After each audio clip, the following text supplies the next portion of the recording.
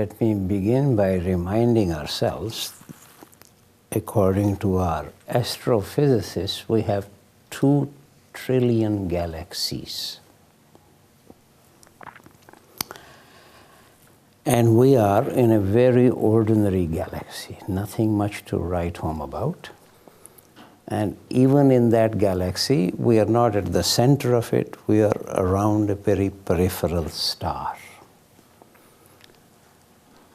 So for anybody to feel self-important in the universe requires a lot of chutzpah.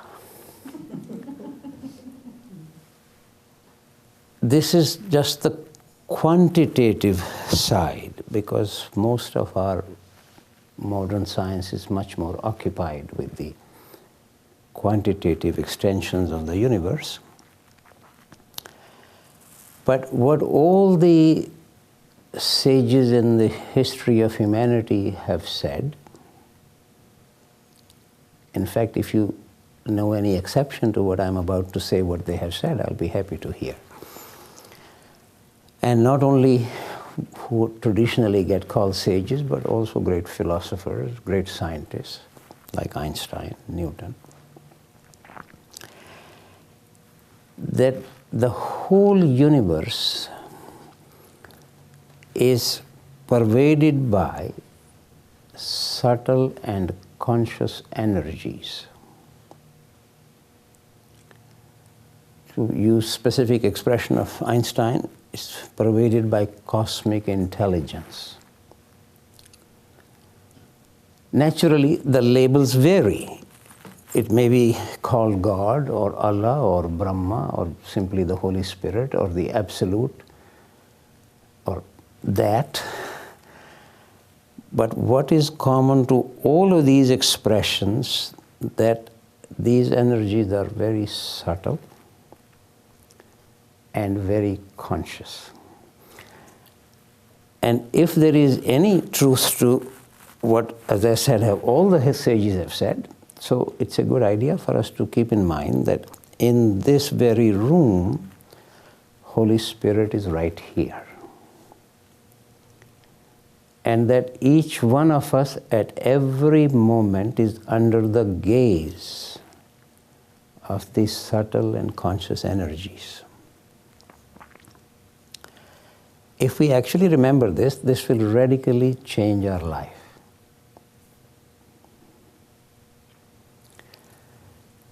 Then there are a few other things which are common to all of the great traditions, and they are relevant to my topic this evening. So let me mention 2 or 3 other aspects. One is that there are many levels of reality subtler than the body and the mind. Generally, they get called spiritual. Almost by definition, anything spiritual cannot be figured out by the mind. Because all the sages say that these are subtler than the mind and the body. But the domain of what is labeled spiritual itself is very large. This is where it becomes a little surprising that religions are very quick to jump to the very highest level, to God. Just to, since probably as I look around, most of you have perhaps a Judeo-Christian background, even though you may not be so much involved in those religions. In the Bible, there are 9 orders of angels between human beings and God. They are all spiritual. In fact, from any practical point of view, to jump to God is like claiming to jump to Mount Everest without trying to climb little hills to practice how to search. Therefore, I remind you, you look at any of the apostles or great prophets in the whole of the Bible, from Moses, Isaac, Jacob, Christ, Muhammad, in the whole of the Abrahamic tradition, who was touched by God? They're all touched by one angel or an archangel. To be sure, Moses is one exception. He hears God, and then God even says to him, he wished to see God, and God said, if you see me, you will not remain alive. But Moses is insisting, so he says, okay, you can look at me from behind. So I'm calling us here to remind you that the notion that the religions just jump to God is completely forgetting any practical meaning of spiritual search. They simply wish you to be believers. In my personal judgment, religions have done more harm to spiritual search than any other institution. Partly because they don't seem to recognize the practice that is required. First of all, to climb little hills to learn how to search. So, keep this in mind. All the great traditions have said this. This is nothing that I'm making up. As I keep saying, if you know any exception to what I'm saying, I'll be very happy to learn, because I'm not committed to remaining in error just because it's my error. And then there are other aspects that these various levels are not only outside us, they are also inside us. And that only the like can see the like. A simple remark of this is St. Paul's letter to the Galatians. Eyes of the flesh see the things of the flesh. Eyes of the Spirit, the things of the Spirit.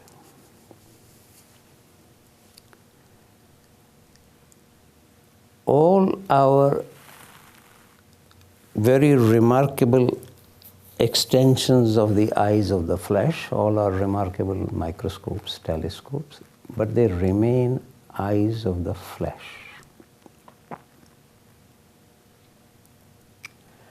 Occasionally somebody says, well, our astronauts went to the moon or even beyond, they didn't see any angels, so obviously the angels don't exist. Should we therefore dismiss the Buddha and Christ or William Blake, or they have no difficulty seeing angels? Eyes of the flesh see the things of the flesh. Eyes of the Spirit, the things of the Spirit. And one might therefore say one of the program, or really almost the only program or project of spiritual disciplines, is to assist us to open the eyes of the Spirit. To also give a parallel example from another tradition, some of you would know, in the Bhagavad Gita, in the 11th chapter, when after much transformation of Arjuna, and he is appealing to Krishna to show his great form, when Krishna does show his great form, Arjuna is unable to see. Then Krishna says, you cannot see me with your ordinary eyes. I will give you spiritual eyes.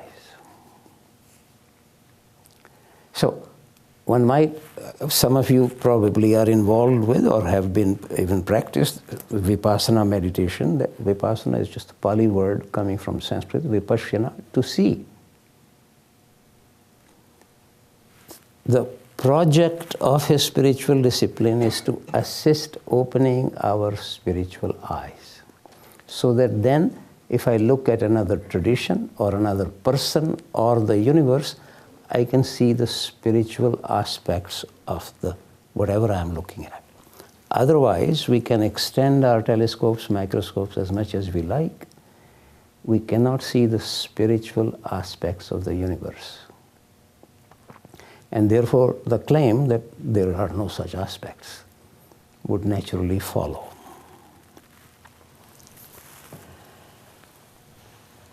What is important here to recognize, first of all, the obvious, that I did not create myself, or the apparatus that breathes, or the air that I need to breathe, to be alive. Then the question naturally arises. If the universe is so vast, 2 trillion galaxies, and then if it really is filled with subtle and conscious energy, they are not dumb. Why have they bothered to create me for a few decades?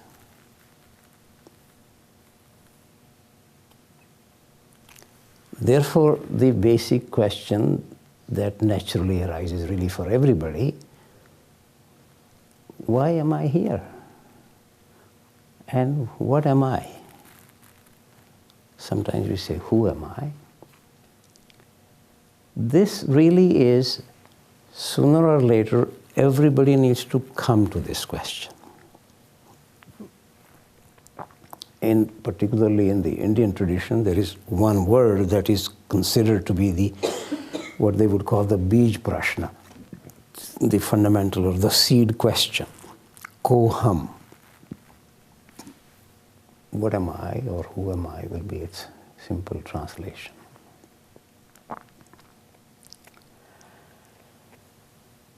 But as I said earlier, that there is this common idea that these various levels of reality are not only outside us, but also inside.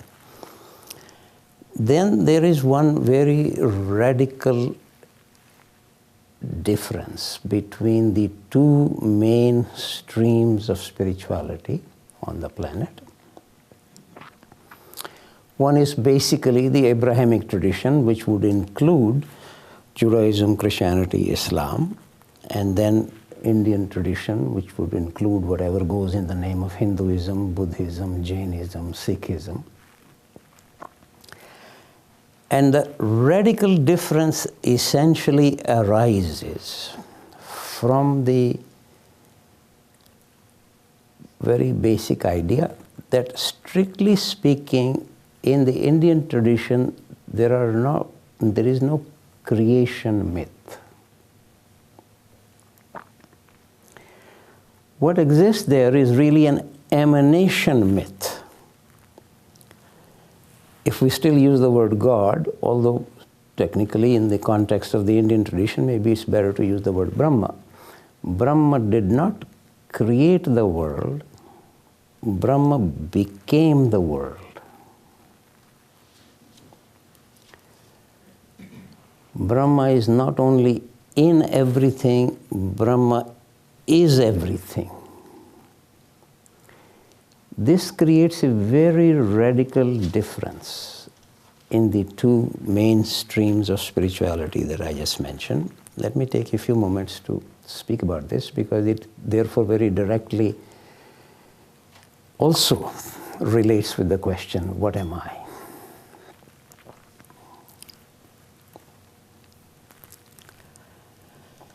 In the biblical tradition or the Abrahamic tradition,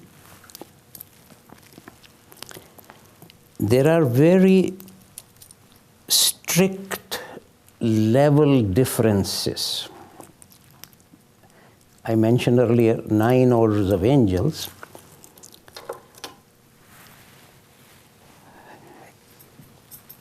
Between God and the highest angel, Lucifer, literally meaning the light bearer, and you can count on HPB starting her magazine with that title, Lucifer.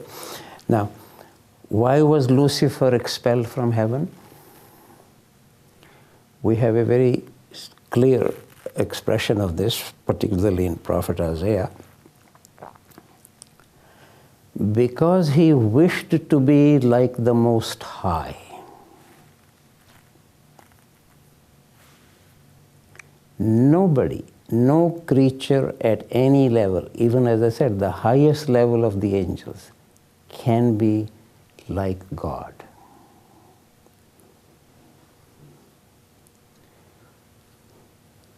which was the main difficulty with Christ's remark, which you find this in John's Gospel, that my Father and I are one.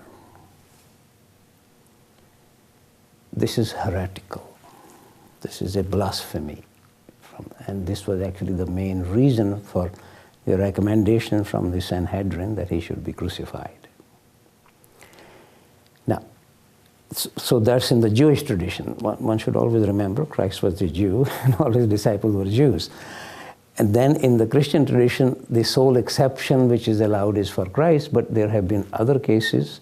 Anybody who came even remotely close to this kind of an idea was either actually burnt at the stake, or if there was not a corresponding temporal power, then they were excommunicated. Like Meister Eckhart will be a good example of this. Similarly, in the Islamic tradition, some of you might know, Al-Hallaj, a very great mystic, said something very similar to what Christ said, and it was therefore decided that he should be crucified exactly like Christ. So this would be unacceptable in the whole of the Abrahamic tradition, whereas in the Indian tradition, this would be regarded as the most desirable state of affairs. This will be practically the mark of any great sage, not simply repeating the words. Even a scoundrel like me can repeat the words. That's not the important thing. But does their life, their attitude, their activity correspond to this? But for somebody to be able to say the equivalent of my Father and I are one. Now, of course, that particular expression, because in the Abrahamic tradition, there is a much more strong tendency throughout history to personalize all the forces and the energies, God, demon, angels, everything, it gets personalized. This is not necessarily the case in the Indian tradition.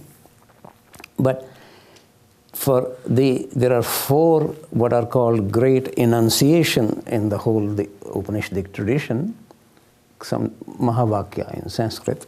And the very first one, in the oldest Upanishad, Brihadaranyaka Upanishad, Aham Brahmasmi, I am Brahma. And this would be the mark of any truly great sage. In contemporary times, we can think of Raman Maharishi explicitly using phrases like this. There are other, as I said, there are 4 expressions which are called Mahavakyas. The second one is Atman is Brahma. Atma there refers to the deepest level in myself. This is the suggestion that Brahma, when the whole universe emanates from Brahma, actually again the oldest Upanishad gives this analogy. The spider web oozes out of the substance of the spider. Then the spider can move anywhere on the web and also away from the web. Therefore, a very strong, continuing theological argument in the Abrahamic tradition, whether God is wholly transcendent or wholly immanent, or how do we reconcile the two, does he have any connection with the world, etc. That issue would not arise. If you look at this analogy, or this is a metaphor used in the oldest Upanishad. So Brahma can be, so everything oozes out of Brahma, the whole universe, but then Brahma can be transcendent, can leave the universe, can also be anywhere in the universe. But very strong suggestion that this consciousness, highest consciousness, manifests at different levels of materiality, that everything that exists has Brahma in it. Even the most outrageous serpent or mosquito or what we could call dead matter has some consciousness in it. And this idea is repeated in many different ways. For example, Krishna in the Bhagavad Gita says, everything that exists is a combination of the field and the knower of the field, and I am the knower of the field in all fields. everything that exists has Krishna in it. Which is, he is really identifying himself with Brahma. Has everything that exists has Brahma in it. Here I should have perhaps said this earlier, but let me take a moment here again to say this. Brahma or God or the Absolute, whatever label we place on it, the suggestion is that this is the very highest level of consciousness. And this is another very radical difference between the modern scientific perspective on the universe and the spiritual perspective. From the point of view of modern science, the whole manifested universe comes from totally dead matter, without any consciousness at all. Somehow, some elementary particles, first of all, they somehow exist, and then they come together, slightly more complex particles, then a unicellular life somehow begins, then multicellular life, then basically with Einstein comes from amoeba. This is the direction. It's important to keep this in mind. Whereas from the perspective of all the great sages in the whole history of humanity, the manifested universe comes from the highest level of consciousness.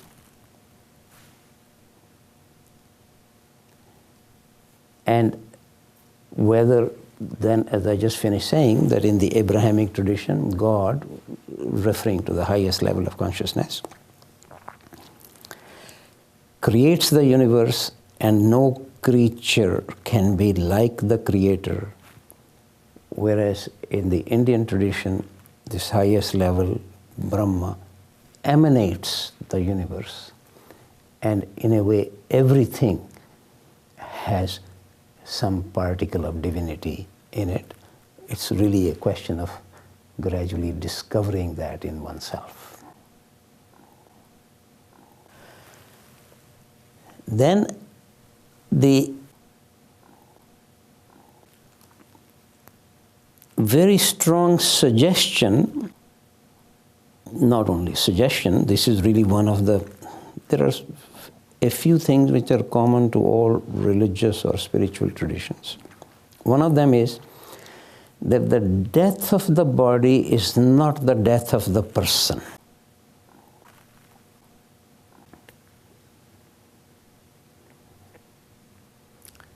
Clearly, the implication is that the person is not the body. Remember, I'm trying to raise the question, who am I or what am I? And so the person is not the body. This is rather important to understand, because another thing which is also common to all the spiritual traditions, and it gets much more expressed fairly clearly in the Indian tradition, but it is also there in the Abrahamic tradition, that every level of reality is, as it were, wishing to return home, wishing to come back to the source. We have a very lovely expression of St. Augustine. We are sojourners here below. Our real city is the city to come, the city of God. Very strong expression everywhere that every level of reality is trying to evolve to come back to God, if you like. In the Abrahamic tradition, it cannot become God, but it can come closer and closer to God. And that therefore, at a certain level of spiritual reality or spiritual energy, wishing to evolve needs to undertake some action, therefore it needs a body, therefore this energy comes into a body. It's not that the body has the soul, it's the other way around, that the soul has the body for its purposes, not for the purpose of the body. I'm using the word body here for simplicity. It also includes our usual mind. So the whole, if you like, the whole planetary level.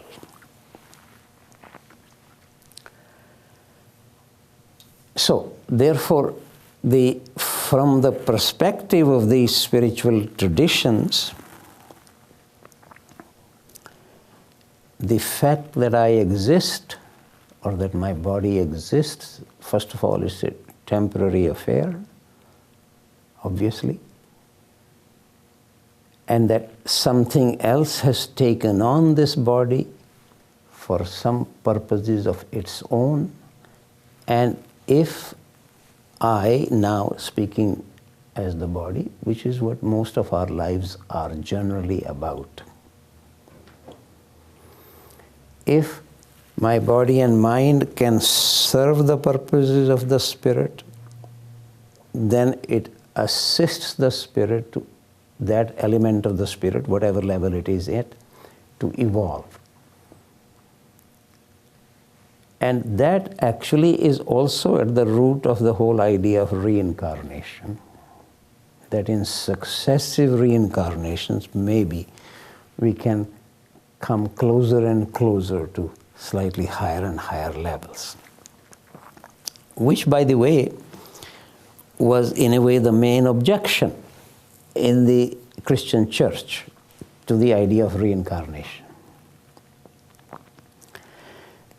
This is more at the level of the church, but let me just quickly mention that. But I'm more interested in the spiritual teachers rather than churches. Have almost nothing to do with the spiritual search. But that's, nevertheless, Emperor Justin was very concerned. Reincarnation used to be also an idea in the Christian tradition. Particularly Origen, a great Greek early church father, was very much interested in this. It was not specially emphasized or diminished, it just was sort of in the background. But Emperor Justin was particularly concerned about it because one more or less a semi-logical conclusion of this notion is that then in successive births, a person could come closer and closer to God, and then they won't need anybody to save them. No savior will be required. This, from his point of view, would be very much against the whole idea of the church. And so he actually compelled the Pope at that time, who was quite sympathetic to this idea. He was very sympathetic particularly to the church father Origen, but he compelled him to declare Origen as a heretic. And then also gradually the whole idea of reincarnation was gradually diminished in the Christian tradition. But that really is a slightly incidental point. But more importantly, the idea that whatever level of spiritual energy it exists, it is trying to evolve. So the word evolution there means something quite different from the word evolution in the scientific context. In the scientific context, the evolution means coming from dead matter, coming to more and more consciousness. In a certain way, they have a similar resonance, but one needs to understand that there are, in this particular, from a spiritual perspective, taking on the body is like if I need to make a wooden sculpture, I go to the workshop and I use an instrument. So the body is intended to be an instrument to make that sculpture that I wish to make. But it is for the purpose of the sculptor, not for the purpose of the instrument. So it's the soul or the spirit that takes on the body for its purposes, not for the purpose of the body. Then the question naturally arises. How do we approach this? what am I or who am I? The very deep or very strong suggestion, again in all spiritual teachings, is that we cannot come to really any serious truth about ourselves or about the spiritual world without a very radical transformation.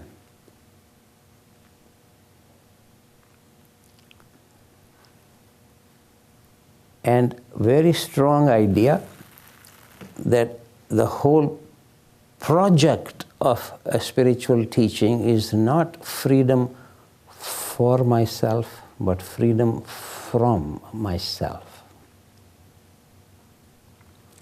Because whatever I am is the end product of my entire past. Conditioned. Species past, religious past, language past, religion past, all of that is what has made me what I am. In fact, it always strikes me very much, when I'm not feeling well, what I find comforting food is quite different from what my partner finds comforting food, because she's brought up in a very different cultural context. Even physiologically, we react that way. Psychologically, we react. All the time, actually, I could even say that one could express spiritual development in probably just 2 words: to move from reaction to response. In general, we react. Physically, biologically, psychologically, and it is all based on the entire past conditioning. But if and when one can become even a little aware of this, then sometimes one can act otherwise and respond. That requires awareness, internal awareness, also external awareness, which is the reason awareness is regarded as the fundamental requirement in any spiritual practice. In the Bhagavad Gita, Buddhi Yoga is the main yoga Krishna teaches, literally meaning yoga of awareness. But let me take a few moments to emphasize this point of freedom from myself, because it's not only from the Indian perspective. This is absolutely universal in all spiritual tradition. There are 4 canonical Gospels. In each one of them, you would find slightly different phraseology. So I will just quote one from the Gospel of Matthew. Christ said, "Unless you leave yourself behind, you cannot be a follower of mine."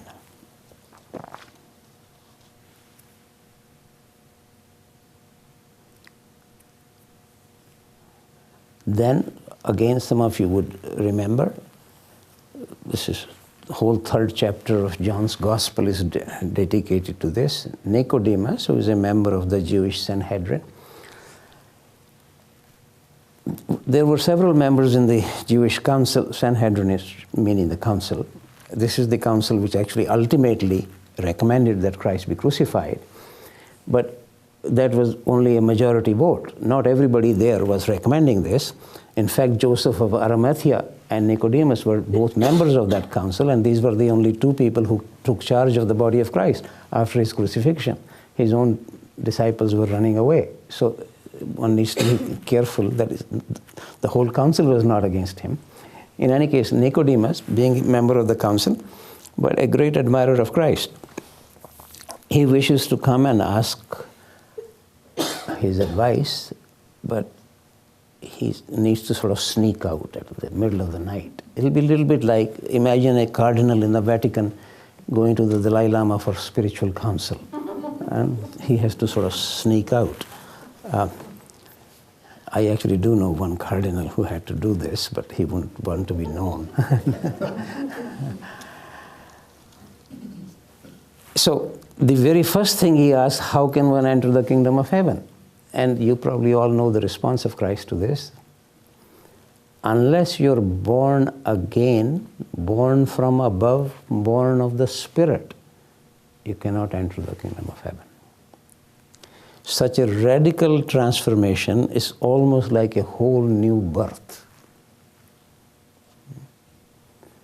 And always this suggestion, born of the Spirit, this actually has now become practically a universal idea, that we have two natures, one coming from the, if you like, the upper side or the higher side.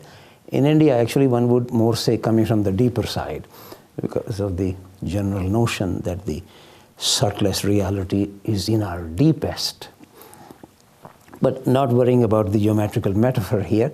So just the one coming from the subtler side, that is usually gets called spiritual nature, and the other one coming from the material side.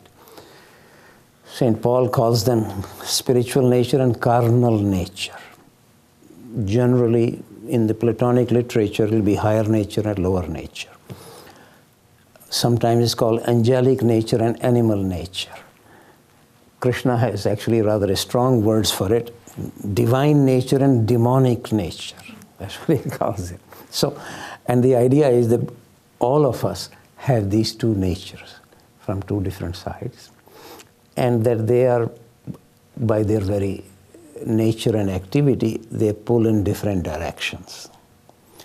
And there are many, many mythological stories. There is constantly a fight between the demonic side and the angelic side, or what's just called the Daityas and the Adityas. And of course, the demonic side is stronger. The other side has more vision, but is not usually nourished, so it's usually getting defeated. Because we can look at 7.5 billion people on the planet. How many people are interested in anything to do with spiritual search? This is not the driving force in the society, anywhere. But it exists. The suggestion from all of these teachers is that it is precisely some element of the Spirit that for its purposes has taken on this body. So that part exists is almost a universal assertion from all the teachers, all the sages, but it seems to be mostly asleep in our usual day-to-day activities, engagements. So then very much the suggestion that unless there is a radical transformation of the whole of the being of the person, including the mind, feeling, and the body. This is very important point here to emphasize. Whenever any of the particularly yoga literature, for example, Patanjali's Yoga Sutras or the Bhagavad Gita, when they speak about transformation of consciousness, they are not speaking only about a change in the contents of consciousness, to go from bad thoughts to good thoughts. They are not against that idea. It's a good thing for us to go from bad thoughts to good thoughts. But what they are speaking about is to go beyond thought, to go beyond any good and evil. It is what they are speaking about is a structural change, closer to a species change, not simply the change of contents of consciousnness. This is a big difficulty these days in the modern academic world, where some notions of consciousness are actually beginning to appear more and more. But there, it's always understood as if it's the change of contents of consciousness. That's the issue. Now, what the spiritual teachings, not only in India, when Christ speaks about born again, he's not speaking about just changing the contents. It's a very radical transformation that's at issue. So, therefore, very strong suggestion that a radical transformation is required, and a fundamental requirement for that is self-inquiry, to become more and more clear what I now am. Where does my energy go? Where does my time go? What is occupying me? Other words get used in English. The Sanskrit word is swadhyaya, simply means self-study. Sometimes we use self-inquiry or self-observation or self-knowledge, varieties of phrases, but all of them have to do with trying to be clear what I am. It may be useful for me to remind you of a remark of Rumi here. If you have not yet seen the devil, go look in the mirror.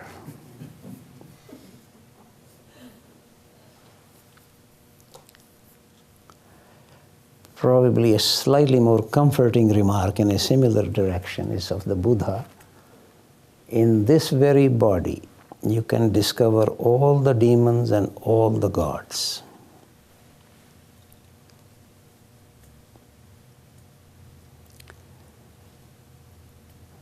But all the sages emphasize this,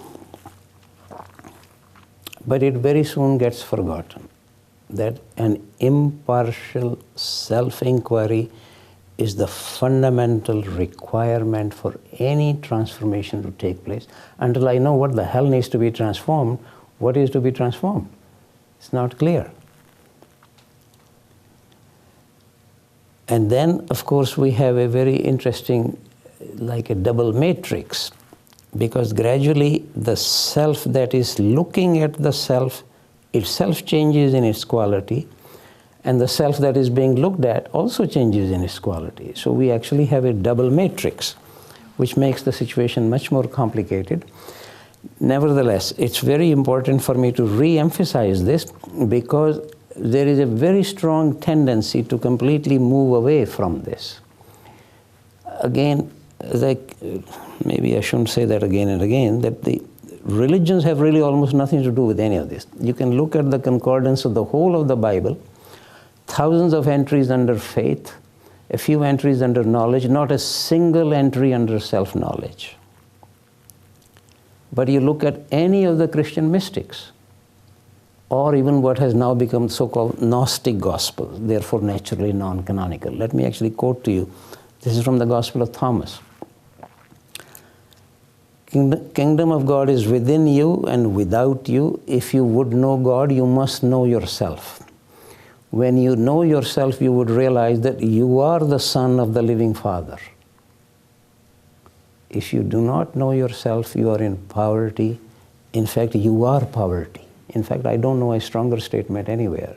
This is in the Gospel of Thomas. Very strong emphasis by all the spiritually oriented people that this is the fundamental requirement for any further steps to be taken. But similar thing in India. The word swadhyaya, there is no hanky-panky about it. It simply means self-study. Swa adhyaya. If anybody knows even the remotest part of Sanskrit, would just immediately see this. But if you look at modern Sanskrit English dictionary, first will be reading the sacred scriptures. And then fourth or fifth meaning will be self-study. I remember once a little conversation with Krishnamurti, there were 3 or 4 of us sitting there. I don't think he would use that expression in public, but he was so, damn it, sir, what's the point of studying all this sacred business until you study the book of yourself?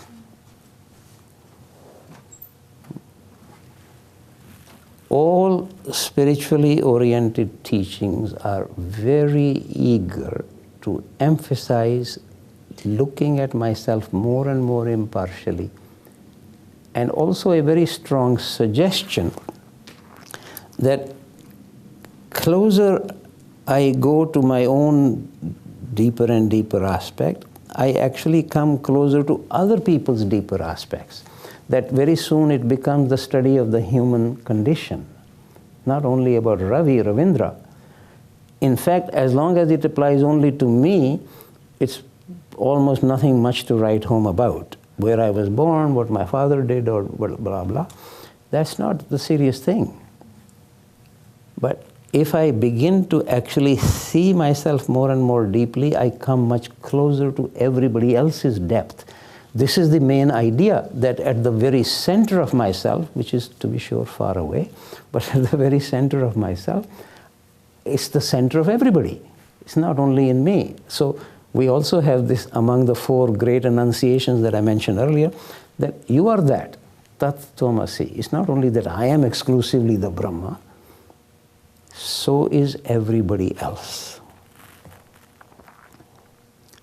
And the 4th one, just to complete this, is consciousness is Brahma.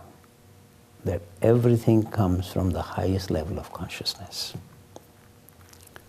So, to approach the question, what am I or who am I, first of all requires, before getting to the depth of whatever I may possibly be, I need to begin from where I am. Therefore, I need to see the way I now am.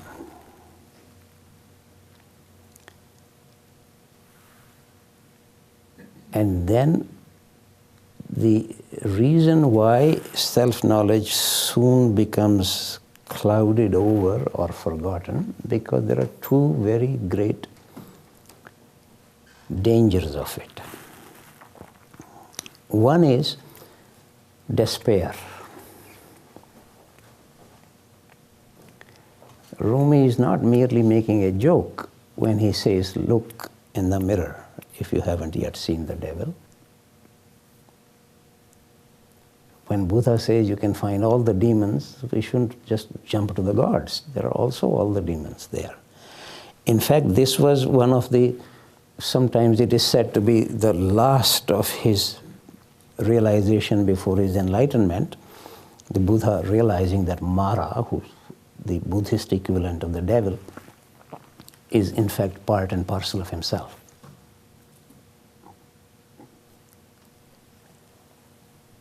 So despair is a possibility, which is the reason why in any monastery, whether they are Christian or Buddhist or Islamic, any monasteries, in general, they do not allow monks to be solitary monks. Precisely because, as I just use the Christian terminology, if you like, because the devil troubles them more. Only after they all come together, work together, then an occasional one, as it were, graduates and can go. Usually, large monasteries are never at the top of the mountain. They are about 3/4 of the way up the mountain. Then a solitary monk can go further up in a solitary hermitage. And the mother monastery can, in a way, takes care of them, wild animals or starvation or any other problem that could arise. These days, they also take care of them by essentially occupying the tourists. This has become another big problem. So, why they are not allowed to be solitary monks? Because of this possibility of despair. When one actually sees that I wish to be related with something real, but I'm just occupied by competitiveness, jealousy, many other things. It is surprising to me, in any case, that even the disciples of Christ in his presence are arguing with each other who would sit on his right side and who would sit on his left side in heaven after they die. Do you think we are free of that? So, despair is one outcome almost universally, which is why a community of searchers is a great help. The other one is fantasy. One can easily imagine that I am the chosen one of God. In fact, most religious persecution or religious difficulties comes precisely from that. Somebody or the other persuades themselves that they are specially called, or they are specially blessed or specially chosen, and then they can go kill anybody they like. All serious teachings are potentially dangerous because they are inviting a radical transformation. Then their remarks make sense. But one doesn't want to undergo transformation and just wishes to. Partly, maybe just before I stop, let me complete. I said earlier, practically the whole spiritual development can be expressed in 2 words, from moving from reaction to response. There is yet a little higher level, or considerably higher level, which is very uncommon, but it clearly exists in history, so that a person is really not reacting, or in a certain way not even responding. One is not doing anything at all. This actually is this is actually one of the definitions of yoga given by Krishna. A yogi sees that I do nothing at all. One becomes an instrument of the divine will. Very classical example of this is actually, in fact, of Christ. This is in John's Gospel. I'm quoting him. I'm not the author of the words I say. I do nothing on my own. I simply say what my Father in heaven tells me to say. Very strong idea that action is being done through me or by me, but I'm not the doer. To become an instrument of the divine will. That is actually higher than any reaction or response. We have a great remark actually in Tao Te Ching. A sage does nothing, but nothing is left undone.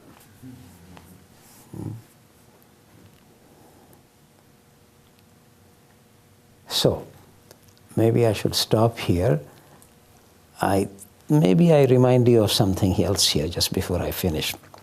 If this inquiry interests you, it actually has a transforming effect. In physics, we define something carrying energy if it can do some work.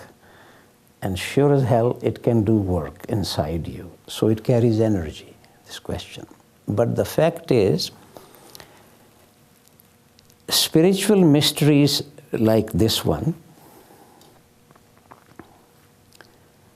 unlike the scientific mysteries, can never be solved.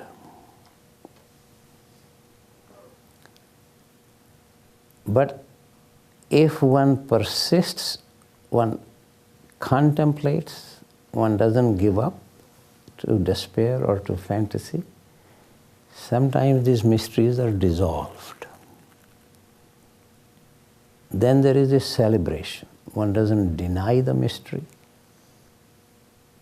If you are a musician, like Bach, you celebrate by music. If you are Uday Shankar, you dance. If you are Einstein, you do physics. Whatever one is good at, one does this as a celebration of the mystery. But scientific mysteries can in principle be solved. In fact, I myself had, seemed like a previous incarnation now, but a few decades ago, some people, 1 or 2 students doing their PhD with me in physics, it would have been irresponsible of me as their supervisor to encourage them to take on a problem that cannot be solved. It does happen occasionally that one has formed a problem wrongly, or there is not sufficient technological development for determining whether this is true or not true. But in principle, those mysteries can be solved. And then, if Einstein solves a mystery in physics, I don't need to waste my time on it. He can publish it. One might say, I simply take this as an example, that the Buddha solved some mysteries. He even published them. This is the first discourse of the Buddha, Four Noble Truths. Does it mean then I don't now need to waste my time on it? Scientific mysteries are of a very different kind than from spiritual mysteries. Even in principle, they cannot be solved, but they carry energy. That's the point I wanted to make. They influence us, they affect our whole internal repose, even our posture, everything, if one stays with these mysteries. Maybe I'll end by quoting to you, this is a short poem written by Rabindranath Tagore, India's greatest poet in the 20th century, just 13 days before he died. It was written in Bengali, that's his mother tongue, but I'll give an English translation of this. In the beginning of my life, with the first rays of the rising sun, I asked, who am I? Now, at the end of my life, with the last rays of the setting sun, I ask, who am I? So my question is, do you think that this, I don't want to say quest, because it's not a quest, but this movement of energy becomes all-consuming in a way that what was there before is no longer there? I think that is actually true with any of our, I don't think you need to hesitate using the word quest. That is actually, in fact, the wish. Nobody, even if we had the combined presence of Christ and Buddha and Krishna here, they cannot answer any serious question of yours. It has to come from within yourself. But the question is, they can assist enlarging the questions, deepening them, sometimes even pointing some direction or a way. But it has to be your own journey. I mean, there are a lot of crazy people out there, and crazy also has energy. No, this is what actually one of the reasons I mentioned when I use the word that despair is a possibility. Sure, delusion is also which is where it's very helpful to have a community of fellow searchers. And also, it can be very helpful to, as it were, to have a teaching. But at its best, any teaching is a finger pointing to the moon. If you get so attached to the teaching, you will never get to the moon. But it can point a direction. It can invite certain kinds, especially if in that community of searchers there is a shared text, shared language. That very much helps. Otherwise, I agree, by oneself, delusion is not only a possibility, it's almost an actuality, inevitably. Because everything that shifts in us creates a storm, any serious shift. You know, I grew up in India, and I think that growing up in India exposes us to all religions very early in life. So we don't have, and I'm generalizing, I'm aware of that, but we don't have attachment to any particular teaching from a very early age. But what I find here, because all my adult life I live in the US, if you do find a group, it usually comes with attachment to a set of teaching.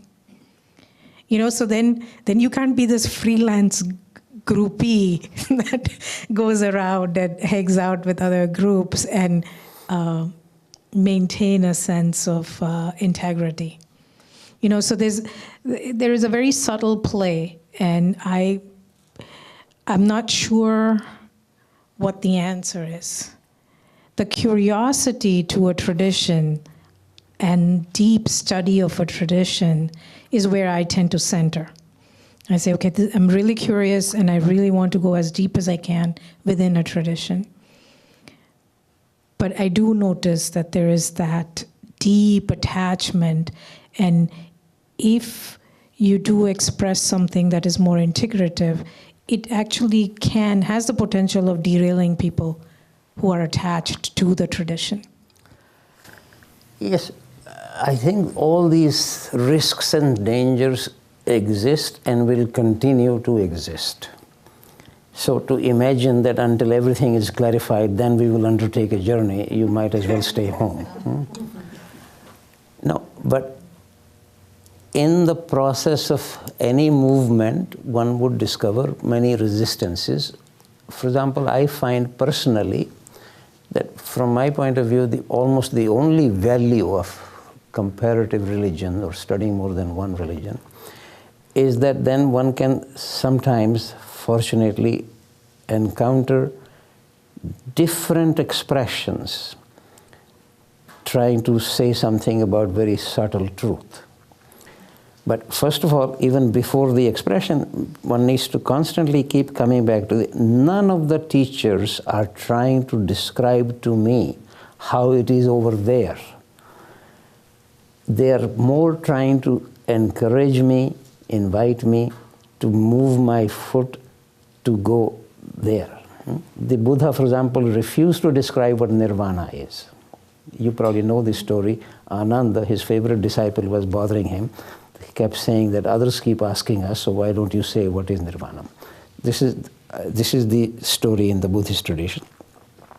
The Buddha said, if a man is pierced by a poisoned arrow and his friends and relatives are trying to assist him to get the arrow out, but he says until he knows whether the arrow came from the east or the west or the north or the south, or whether the man who shot the arrow was tall or short or dark or white, etc. He goes on and on.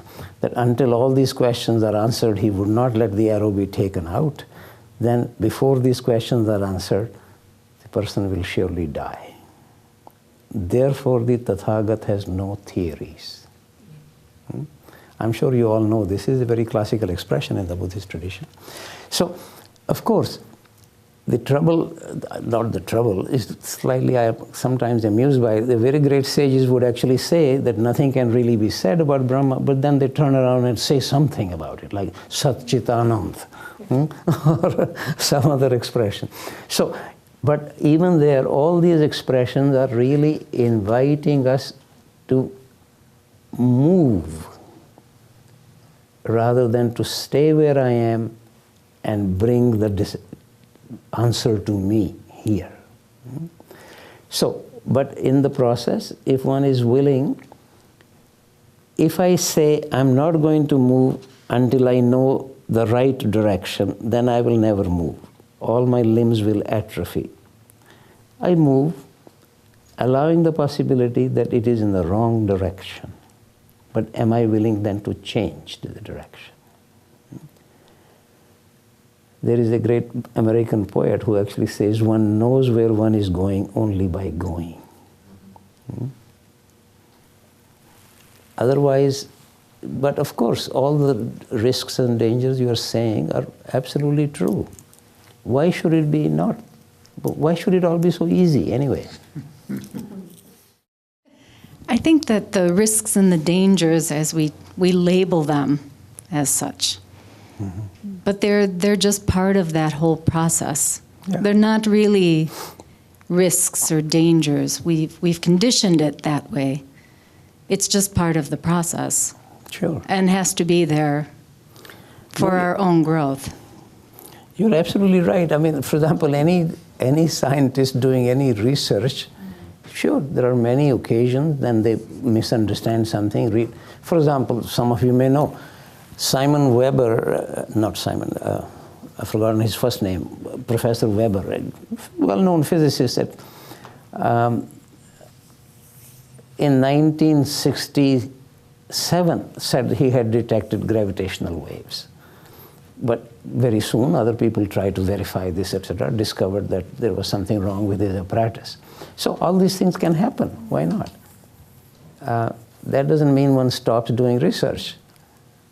But it is also true, again, in different fields, but even in scientific or even in spiritual search, there is a wish to quickly come to the end. So He was hoping to get a Nobel Prize, so rushing.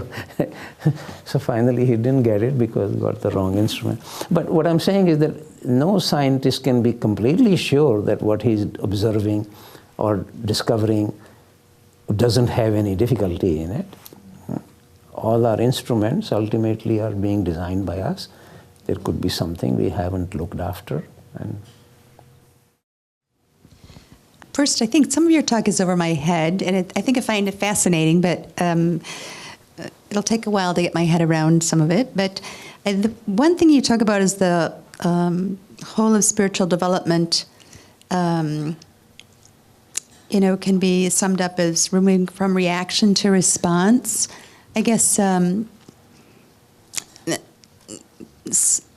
if you could talk about that a little bit, and I guess a kind of unrelated question, you relate to Einstein. I guess I'm always amazed how much that he talked about is we were finding more and more coming true. How does that happen with somebody knowing that so much, just theorizing all that too, and the whole idea of that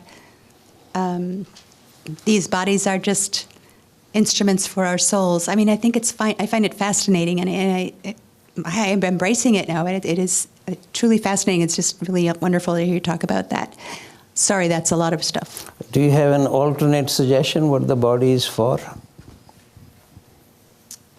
To produce more bodies? That's one possibility. Yeah, no, I guess that's not, I guess as you grow up, the emphasis is put on the body, as you say, and I think that's the life journey, is to, put the emphasis on the spiritual rather than what we can see with our eyes so much. But no, I don't have any other theories. I'm happy with the one you present. It makes the most sense to me. In all levels, and I would consider myself a very spiritual person, so I appreciate that. But can you, some of those other issues, wherever you can make out in any of it, can you? The question of reaction and response, one doesn't need to especially get attached to that. My own impression is, if you, in a very brief way, look at the law of karma. Basically, we could use really two phrases to convey the law of karma. As one is, so one acts. Then you put a semicolon. As one acts, so one becomes. Now, the first part, as one is, so one acts. One has not very much choice. One could really easily say, as one is, so one reacts. The whole magic is in that semicolon. If I keep acting the way I am, the law of karma just goes around the circle. I would remain where I am. Nothing will be transformed in me. But if in that semicolon I can become aware of why I am acting the way I am acting, possibly then act other than the way I am acting or act otherwise, then it would mean that I can now respond. Then as I respond, so I become. The possibility of transformation exists. Otherwise, one just repeats oneself. There are many, many examples. By the way, anything I'm saying, don't take any of this as a belief. Belief is actually the most dangerous thing to any search. But we can look at it. If you have alternate data or a different data, it's perfectly fine. I certainly don't believe anything I'm saying. That's not going to help anybody. But there are many, many, even literature, Albert Camus or Jean-Paul Sartre. One may have a terrible, completely miserable marriage or even a miserable dog when the addiction to the status quo is very strong. One is tired of a job, one resigns or gives up and gets more or less a similar job again. We have very strong addiction to the status quo. In fact, this is another,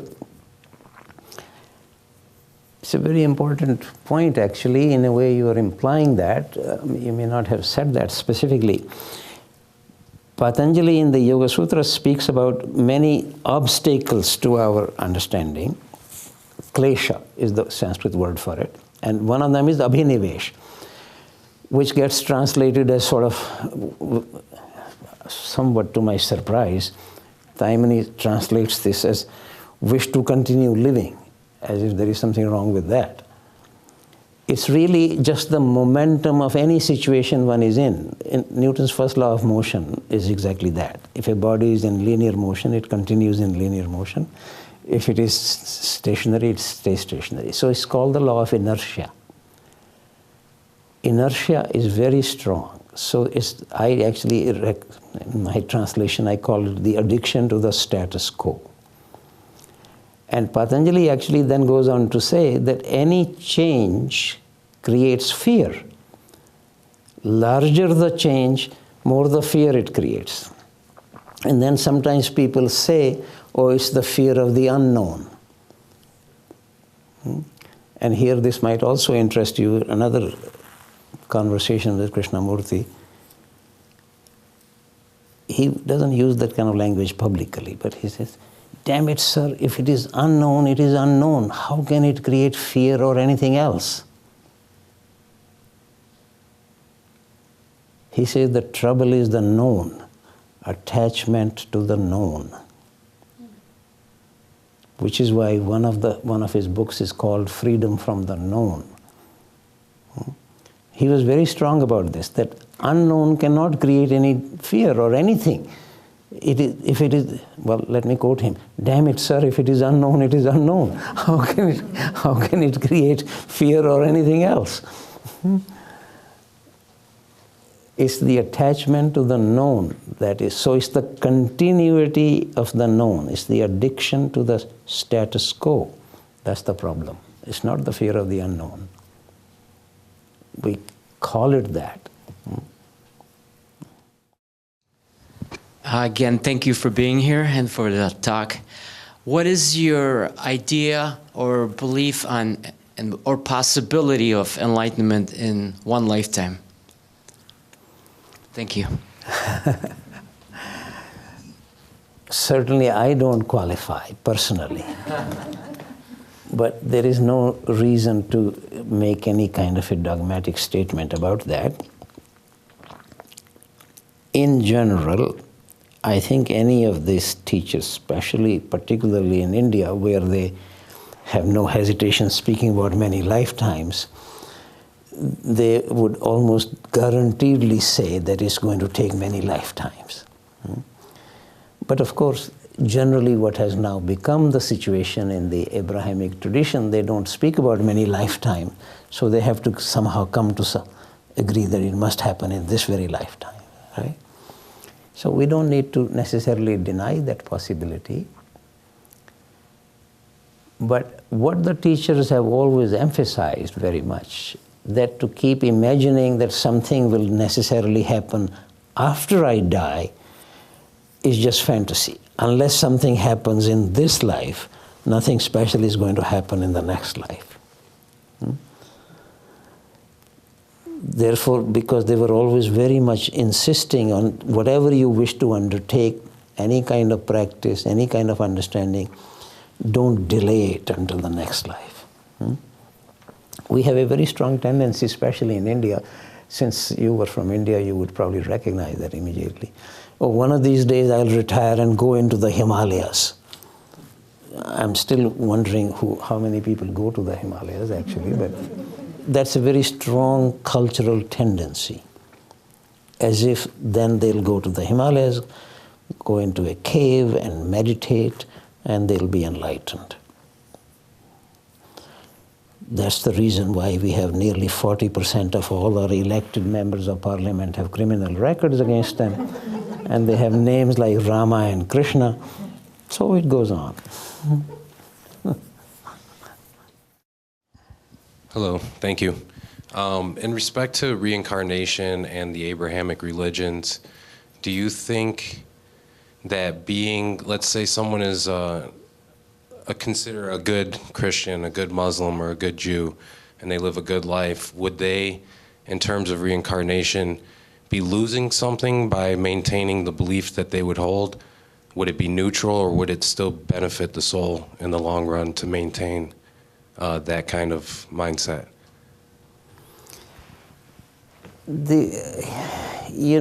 Belief can be helpful, it can be problematic. For example, so first of all, don't be against belief. Every scientist has a belief that there is order in the universe. This is not something that can be proved, and furthermore, that their research will help reveal that order. So that belief there is very helpful for assisting research. Most religious beliefs, unfortunately, far from assisting search, they evacuate search. So in principle, there is nothing wrong with some beliefs. For example, I can tell you, I have a belief myself that what the Buddha taught, even though many, many times I don't understand, or what Christ taught, I don't understand, but that what they are saying is worth bothering about. It's a belief. So, but what does it do? It assists me to stay with it, try to wrestle with it, ask my friends to clarify something. So it actually helps. So don't be against belief to begin with. But then the question is it actually assisting you to search for something? Or is it just saying, believe something exists and then have another beer? Right? So it's the question is it assisting something in our search or research? In science, we generally call it research. In spiritual matters, we generally call it search. This itself is rather interesting, but so don't be against belief. Belief can be an invitation, or it can be an exit from something.